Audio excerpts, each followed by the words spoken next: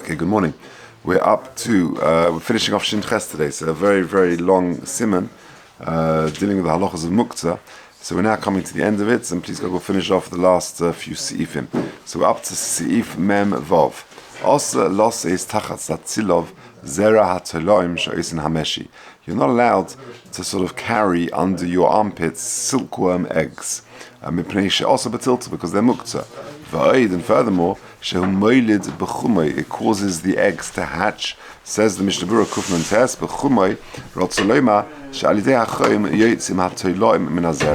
because of the heat that causes the worms to emerge.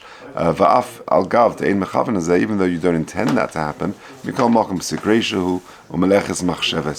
and therefore it's a problem. Okay, less relevant nowadays. I'm not exactly sure what the zera hatoiloim shoisin hameshi is, but that's what the Mechaber says. You can't carry the silkworm eggs under your armpits because they're muktzah, and also it's moilid. Okay, says the next sif mem zayin yesh oisrim letaltel beged Shatnez v'yesh matirim. So very interesting. You've got a clothes which are Shatnez. Are they muktzah? So machlekas yesh oisrim letaltel. Some say that it's also to move it because they're muktzah, and some say it's mutar. Says the Mishnah Berurah Kuf Samach letaltel mipnei she'aseh lelovshei. It's muktzah. Why? Or muktzah because you can't wear them, and therefore they've got no designated use on Shabbos, and therefore they're muktzah. You can't touch them. You can't move them. Even l'tzorech gufa u'mekoyme. Now look at 168. Very interesting thing. Your horse or your dog or your cat, there's no issa shatnez for him or her. So even though technically you could use this beged for your animal, nevertheless, kosav hakalkel Shabbos shekol oid sheroi hu liyos mutzad Yisrael, so long as it could go in al yidei sheyotzi menu es achutzim asurim, since it's an item of clothing for human beings where you could extract the shatnez from it, you're not going to use it to put on your animal, or you're not going to give it away to a non-Jewish person because it's still good for you to use. You've got to just take it to the tailor who'll take out the shatnez. But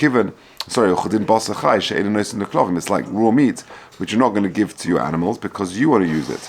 But you've got to just cook it or kasher it. Therefore, if you've got a beged which is mixed with shatnez is mixed in it, but it's just full of shatnez and there's no way you can extract it, then because you will in fact give it to your animal, or you'll give it away, and that takes away the shatnez from it. Okay, so that's the something else. So a very interesting, it's sort of counterintuitive. Is a beged which is Shatnez, is it muktzah or not? So yesh oisrim, v'yesh matirim. The yesh oisrim say, well, it's got no function anymore. You could give it to a nochri, or you could use it for your behema.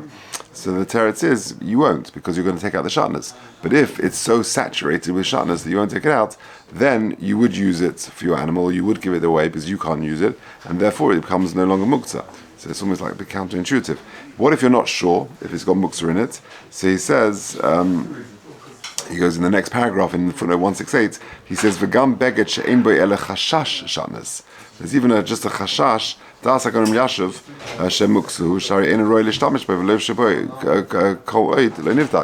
you haven't taken it to the Shatnez center yet, so you're not going to wear it. So if you're not going to wear it, then it's muktzah. So it all depends on the usage. Okay, so that's the opinion of yesh oisrin. V'yesh matirim. Says the Mishnah Berurah Kuf Samach Aleph shemikol makom malbashu v'toras kli olav. It's not muktzah because at the end of the day it's a jacket, it's a suit, it's a coat, and it's got a din of a beged, and it's got a din of a teras kli. The Ikka opinion is, says the Mishnah Berurah, like the first opinion, that a beged of shatnez is in fact muktzah.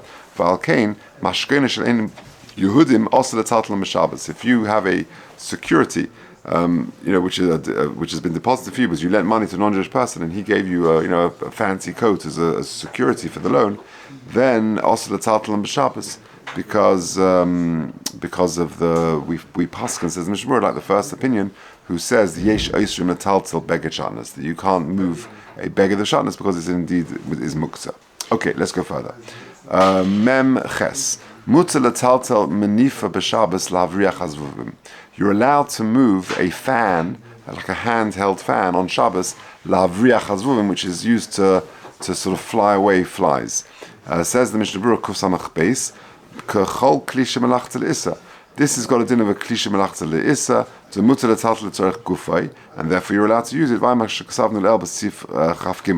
the question is, why is it a kli shemelachta le'issa? If it's a handheld fan, so what's the problem? So if you look at footnote 169, he says the Shevet HaLevi had the same problem. For Tom b'Shalis Meshuvat Shevet HaLevi, madua ein din shel manifer zu kekli shemelachta leheta. It's a fan, a handheld fan, which you surely can use on Shabbos. Shari miyuedes hu lavriach zavuvim. It's designated to fly away, to whoosh away flies. Ukafisha mashma b'shulchan aruch le'el. B'seifa oz nidbru bier. We must be talking about a fan which is used during the week to squat flies, not just to fly to produce air to sort of wash them away. Okay, you got to come to something like that. But then, if you got just a fan, then either way it's mutzah to use it because it's a klisha melachta, whether it's le'is or leheta, which is used letzorech gufa, which is allowed. Okay, next one. Mem tes machbeidos shemachabdim bohem kakarka. Brooms to sweep an earthen floor. Mutzah letaltelam. You are allowed to move them on Shabbos, no problem of muktzah. Says the Mishnah Berurah Kuf Samach Gimel Mutzah letaltelam afilu mechamel etzel. Even to move them from to protect the broom itself. The Mechaba goes according to his opinion. The Sfir lei, b'simin shinam zayin sif base. The mutzah lechabit karka hamuritzof. He is of the opinion that you're allowed to sweep a paved floor. Imkain hu bichlal b'klish melachta leheta, and then a regular broom on Shabbos, according to the Mechaba, is a klish melachta leheta, and it's not muktzah. Avalefima sheposek haramosham. The Ramah says that even a paved floor is going to be also. Now,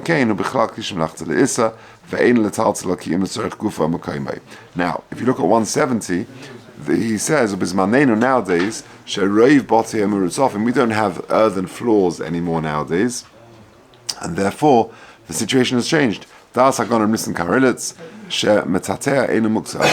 broom to sweep the floor is not muktzah.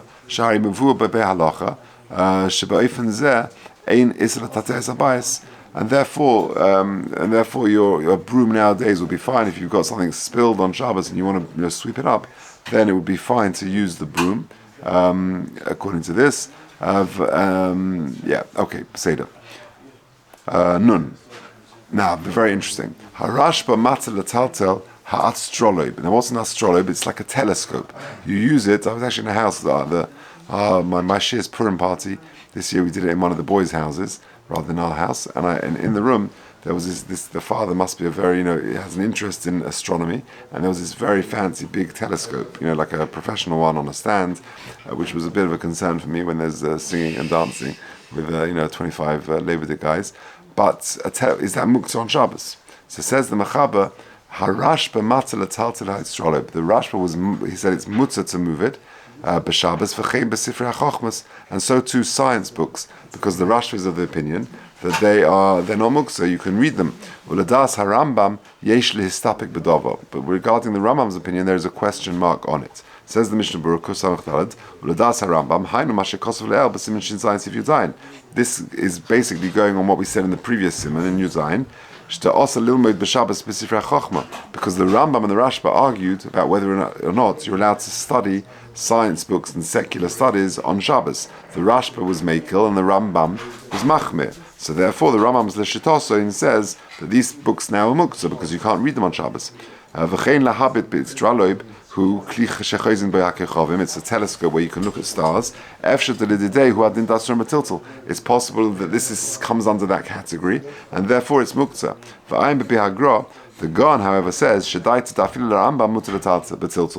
Rambam who says you can't study secular books on Shabbos is of the opinion that the telescope is actually mutter to move. And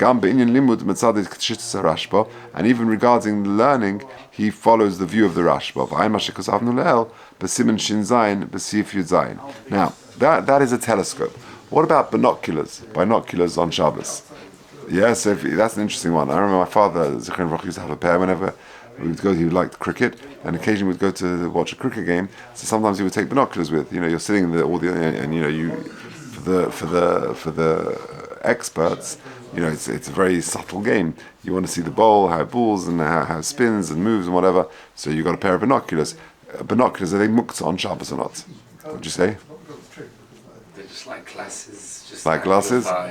Surely. Okay, good. So in 172, if you look at the note there, he says, "Lahashkif v'mashkefes," to look through binoculars, v'lechavna, das ha'chazon ish, she'ein b'zeh inyan chachma. That's not like a science instrument or a telescope. Mutter, and therefore using binoculars on Shabbos is mutter.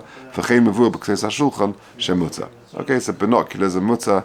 Well done. It didn't say go to the cricket mutter. Yeah. Okay. Yeah. I had one Rabbi in high school who told me that his definition of Gan Eden is taking a sefer and sitting at Lord's. So he used to say, "Chashuv Talmud Chacham." Once in a while, you want to relax a little bit, so you take a sefer and you sit at Lord's. Not on Shabbos. Yeah, not on Shabbos. Okay, Nun Aleph. Mashemeira al Hashois. Now this is very interesting. What about alarm clocks, wall clocks, watches? What is the story with them in terms of muktzah on Shabbos? Says the Mechaber Nun Aleph. Mashemeira al Hashois shekorin arulos. I think that's how you pronounce it. Bein shehu shel chol. Whether it's with sand, bein shehu shel min acher, or some other way of functioning this clock. Yesh lehistapek im mutzah letaltelei, or kvam pashta minug she'osa. Now, let's take a look at the Mishnah Berurah. What are we talking about here? Kuf samach shel chol. Hu kli shemamalin by chol. It's clearly a very sophisticated instrument where you put sand into this clock. V'hachol yetze derech nekev mitachtisei. There's some sort of way where the sand goes out. V'asir kavin l'shaba hashois. And it's like some sort of like a timer. Yeah, but it's more of a sophisticated one because it tells the time. You can look at it and say, it's 7:10 in the morning, whatever time it is. So it's a sophisticated apparatus. So that becomes muktzah shel min acher, or not sand, some other substance. Kagoin shu also chulius lahakir b'hashois kaltzel magia le'ezeh chuli, like a sundial or something like that. Yesh listapik. Now it's unclear whether or not that's muktzah. Why? The domi lemedidas hazman elatel, because it's caused by measuring, and measuring on Shabbos is also if it's not for a mitzvah purpose. And therefore it's got a status of a klisha melachta. The medida b'Shabbos also kasheina shel mitzvah. Even if you're learning by it, mikol makom ikar medida eina shel mitzvah. The actual measuring is not for a mitzvah purpose. It's not to measure a mikvah or to see if you've got a kazayis of matzah. But if you're using it for this actual, as a paperweight or something like that, then it's got a din of a kli, and therefore that would be allowed. Now, what about watches? Lesser. So ubezeger. If you look at footnote 1, it says sha'on. So a watch, shelonu yesh lahatir. Our watches, he says, is not a muktzah. Quoting the Pri Megadim, v'davka ktanim shekorin tashnur, which sha'on kiss. Now those are pocket watches, right? You've seen in a well-dressed Englishman with an Englishman, with a watch on their waistcoat. That would be okay. Aval ha'gedolim shekorin vanur asla taltel. Sha'on Keri calls it at the bottom. Or what's it called? A grandfather clock against the wall. That, he says, would be muktzah, also the taltel. Even if they're standing on the sideboard, so to summarize, a wristwatch is going to be okay. But a very sophisticated sundial, or with sand or something like that, then yesh listapek, and a grandfather clock is going to be a problem. Now, if you take a look, some interesting footnotes. Footnote number 173. Well, why is it that this wool clock yesh lahatir? So if you've got just a regular wool clock is okay, but not a grandfather clock. Why? What's the difference between that and this? You're also measuring. So why should that be okay? And the previous one, the sand dial or the sundial is asa. So in 173 he says, because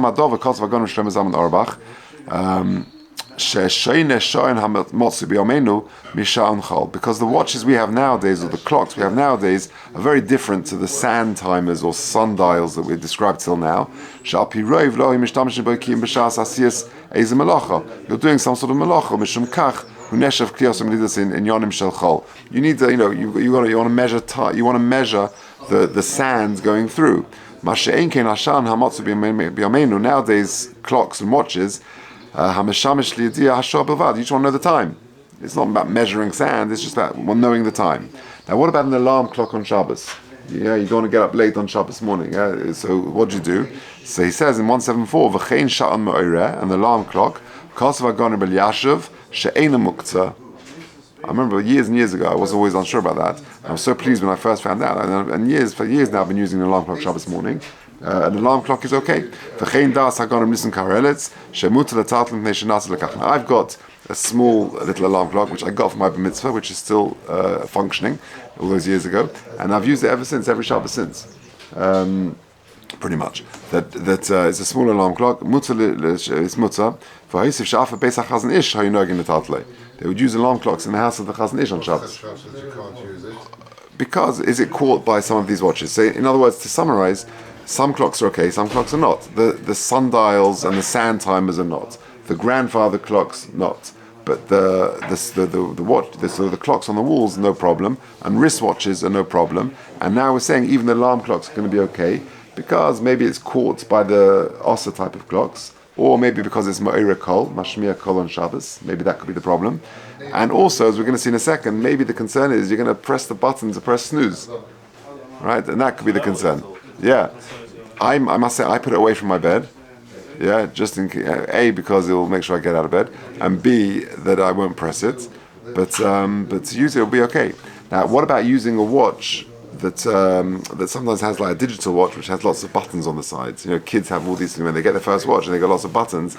They get very excited about it. Can you wear that sort of watch on Shabbos? So he says in the next paragraph, "Sha'on yad sheish bekaftorim ladlokus neira, to put a light on or whatever, lafolas macheshben kos b'shashav zoritzian shim eina rogel shamish bekaftorim misachol mutzul under b'Shabbos." You're allowed to wear it on Shabbos.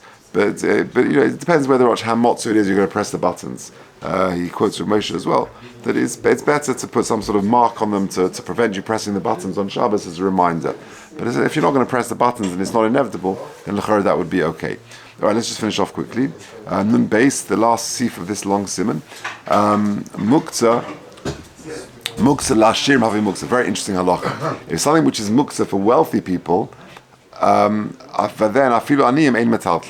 even a poor person who would use this, the rich man's, what he's going to discard would actually be very suitable for a poor person. But if the rich man, it's considered muktzah for him, even aniyim cannot use it. Why? Says the Mishnah Berurah, muktzah lashir, rotzaloima, sif katan kuf samach tes, rotzaloima, shehu dova shehu garuach be'enei ashirim. Something which a rich man is not going to use, he's going to discard it. Ve'ein darkam nishtamish be'machmas ashirus, machmas oshram, because of his wealth. Or muksim maximum midaitom, he's going to put it out of his mind. You got bits of material. For the rich man, I'm not going to use this. I don't need this. But a poor person may use it. Therefore, it becomes also for this rich man to move it. It's muktzah. Even our poor people can't use it. Says the Mishnah Berurah Kufayin, because the owner, the rich man, has made it muktzah. Not only aniyim in his own house, but even aniyim outside of his house. Why? The person, the owner of the item, is the one who determines what its status is. And if I'm the rich man, and for me this is not of use, and therefore it's muktzah, even the poor man cannot use it. We said previously, you've got a beged which is very small, 3 by 3 finger breadths, that's when it belonged to the poor person. So because for him it wasn't muktzah. And it's the exact same application of halacha. That since for the poor person it's not muktzah, so for the rich man also it's not muktzah. He can also move it. That's talking about where he's living in the house of the oni. That's when his bounds by the status determined by the oni, who's the balabayas. A regular rich person, Not for him. Taker is going to be muktzah. It's not going to be of use to him.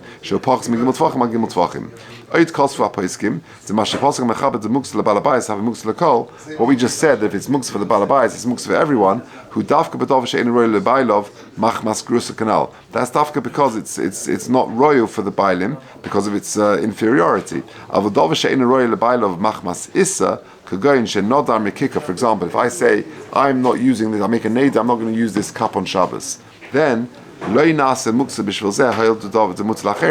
also for me. It doesn't make it also for you, so therefore this would not be muktzah for you on Shabbos, even though this will be muktzah for me.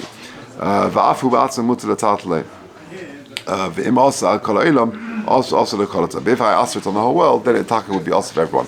So just to summarize what we said today, we said that Shatnez begodim, if the yesh oisrim v'yesh matirim, and the minig is to say that it's also because you can't use it. If it was so saturated with Shatnez that you're not going to use it anymore, then it would be mutzah for you to give it to an animal, then it would not be muktzah.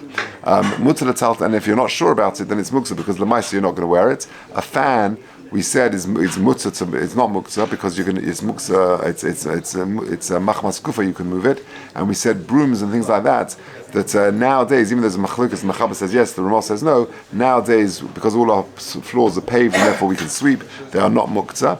And a telescope in science books, we said the Rashba is matir, the Rambam is yesh listapik bedavar, but binoculars would be okay, as we discussed. And then regarding watches and things like that, a grandfather clock, a sand timer, a sundial and things like that would be asa. But your regular wristwatches and regular clocks would be okay. Even alarm clocks are going to be okay. They're not considered muktzah. And watches with buttons, as long as you can avoid pressing the buttons, you've got a reminder of some sort, then that would be okay. Say that. What about the sand time of the game? Yes, so sand time is for games. In terms of measuring, I've seen that's okay. And the reason is because you're not using it as a clock. You just want to measure a period of time. In a game, you've got 30, a minute or 90 seconds to, list the number of many animals you can mention. So I don't care if it's 60 seconds, 75 seconds. It's just the way you play. So there are poskim who say that sand times in a game are actually mutter. Say that.